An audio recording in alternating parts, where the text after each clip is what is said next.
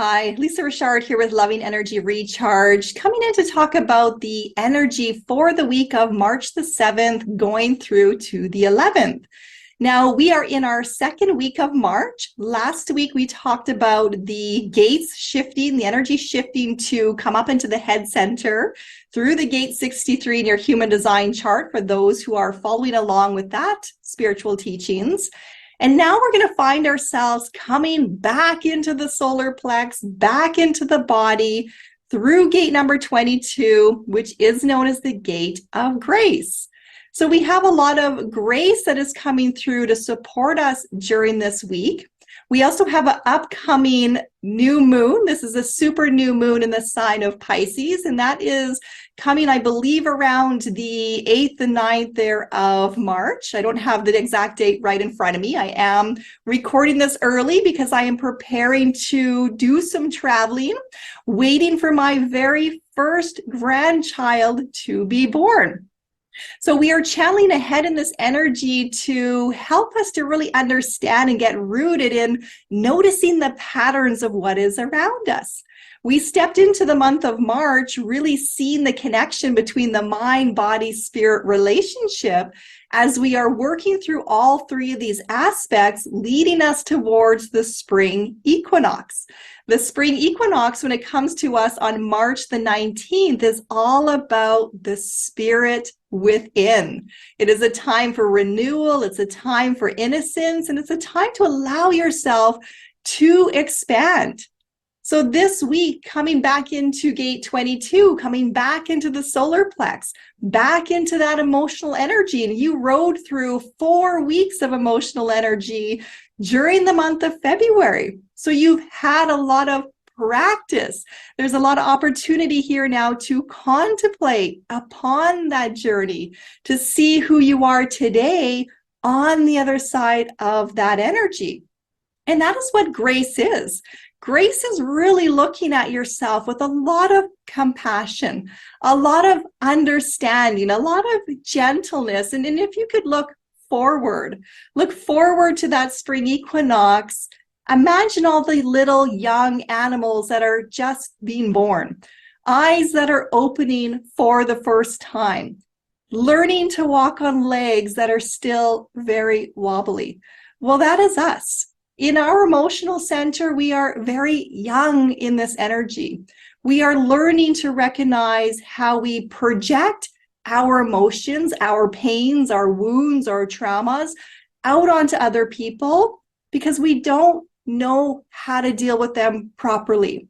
And we're just as equally at fault for taking on things, other people's projections that are not ours to get involved with, and they're not ours to hold and cause hurt within your body.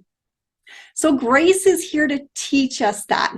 Grace is like that breath of fresh air that comes in and says, you know what? You have a spiritual team that is around you. You don't have to navigate this journey of life by yourself. So we're learning to love the human, to love the vessel that is housing your spirit, your soul essence, so that together you can form this beautiful partnership. So this is where you're learning to do the integration between trusting your intuition, trusting that you have the ability to make the decisions that are right for you, trusting that you are safe to navigate this journey, trusting that the way is going to be shown to you as it needs to be shown. And it's no different than driving at night and using your headlights to guide your way. You can only see so far in front of you. You don't know what's around the next corner. You don't know if something's going to jump out and cause a bit of a course correction in that moment, but you're trusting. You're trusting in your ability to navigate forward no matter what. And that's what March is really here to teach us in the Power of Three, is developing the strong relationship between noticing the stories in your mind that will tend to spiral you down into those old self-sabotages, the old mindsets, the old shadow patterns of wanting to project a blame, a shame, victimization, any of those lower vibrating energies. And it's not just yourself that does that. That's not a pointing fingers game. Those are collective energies. We have 7 sacred wounds of humanity. That is what we are called here to transform within ourselves. And gate 22, when you explore it through the lens of the gene keys, it really opens you up to almost a whole nother inner ladder where there's this 7-step ascension process moving you through the virtues, moving you through this higher state of awakening. But it also comes in equal parts with the vices, the not self tendencies. You can look at that as your chakra system. We start with the 7 main chakras. So the root is here to teach us about our opportunity to walk here as a human, connecting us to the material world, our sense of safety, our sense of belonging, getting really clear in our root center. What is it that you are wanting to leave as your legacy? What is it that you're wanting to then have other people follow in your footsteps of? We move that into the sacral center, and that is all about our connection to our ancestors, to that umbilical cord connection, a reminder that we are a combination of the masculine and the feminine. Divinity exists within your sacral center. Your creative ability is within your sacral center. So it's the same thing. You know, what do you want to pass to the future generations? What do you want to pass to the future awareness of yourself? How do we want to parent our inner child, those parts of us that are underdeveloped, where we learn to emotionally and spiritually mature within ourselves? That comes up into our solar plex, which is all about the willpower. So we learn about our inner strength, our will to go in a certain direction.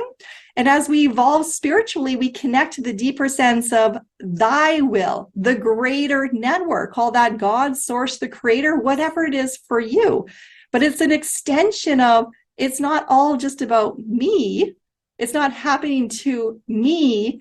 We are in this together. We are going through an evolution. We are learning to become something that is so much more enlightened and free than our ancestors might have known. So it puts us on the path of what we know to be our highest good. It moves us into the heart center because we're learning, and there's scientific evidence that is going to back this one up for those skeptics out there. Your heart has more neuroelectric activity than your brain does. So we're learning the magnetic power of the heart, the thinking capacity of the heart, and the true heart is not attached to emotions. It's an inner knowing that is coming from the deep, deep sense of love within you. But first, it needs to be feeling safe, creative, and in the direction that it needs to be in order to blossom and open up. That is why our chakra system is so connected and everything flows and everything is in this movement all the time. The heart then comes up into the throat. What are you voicing? How are you expressing yourself? Is it coming from some deep-seated wounds, some emotions, some traumas, some triggers?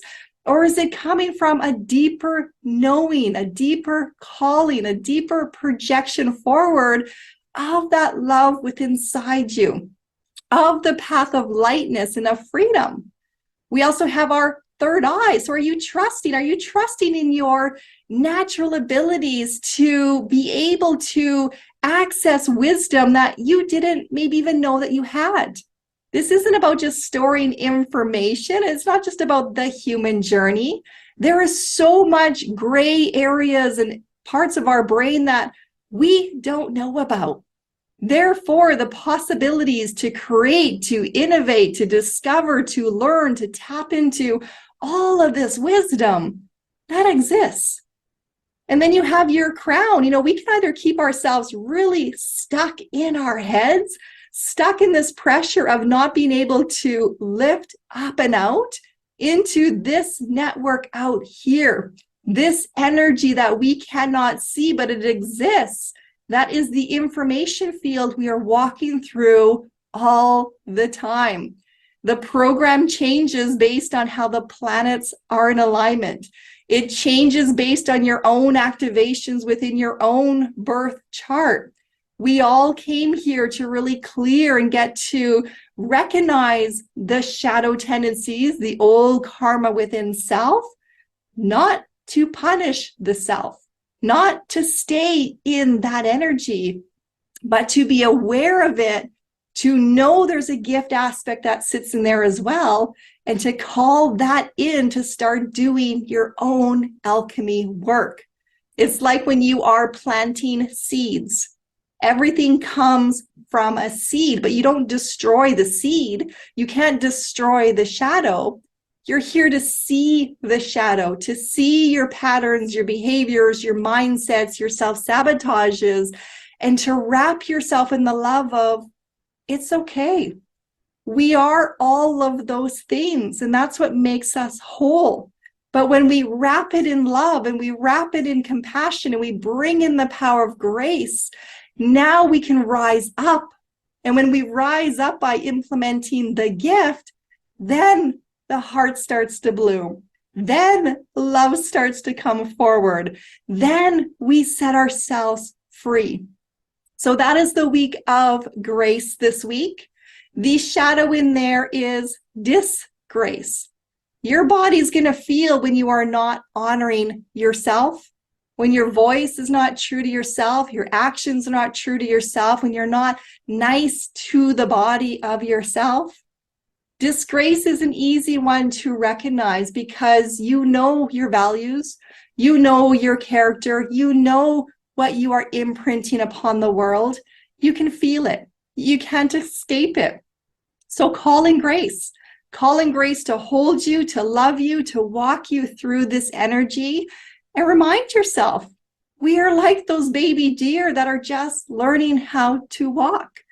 We are learning in the 2-2, which is this gate 22, the relationship of the human and the soul, coming into a partnership and knowing it's okay for us to be human. It's okay for us to be on earth at this time. It's okay for us to be deeply rooted and grounded in our own authenticity, in our own awakening, and to also allow the grace as others are coming into those own inner struggles within themselves and having to face what we often call the dark night of the dark night of the soul. There we go.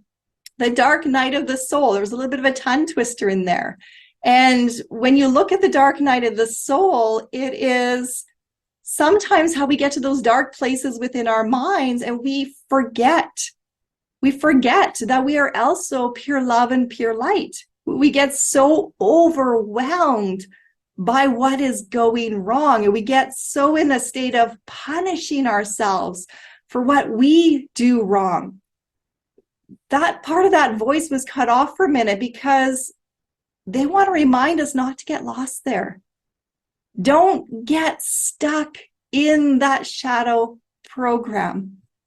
Focus on your innate tendencies to be love, to be caring, to be understanding, to be a force for change within the world, and call in the guides. This is where I like to call in the 7 archangels. There's a relationship between the archangels and your chakras and those vices and those virtues. And that is the arc, the rainbow that rises us up. So you may want to do some own exploring on your own to see your relationship between the energies and the chakra bodies and to feel within yourself, what requires some tune-up and some balancing. And if you need some assistance with that, reach out. Reach out to somebody for help and assistance. There's a lot of Reiki master teachers. There's a lot of holistic tools to help you navigate through your own journey. I work in the emotion code practitioner myself, helping to free the energy body of those energies that they're just not resonating anymore. So we let those things go and we replace it with light and love because you need to fill in the gaps. You need to be mindful of the thoughts and loving to the body for that spirit within you to rise up. So let us all show each other a lot of grace, a lot of understanding that we are perfectly imperfect. And you're going to see that in this video. It is perfectly imperfect. It doesn't just go fluidly from one moment to the next, because life has pauses. Life has authenticity.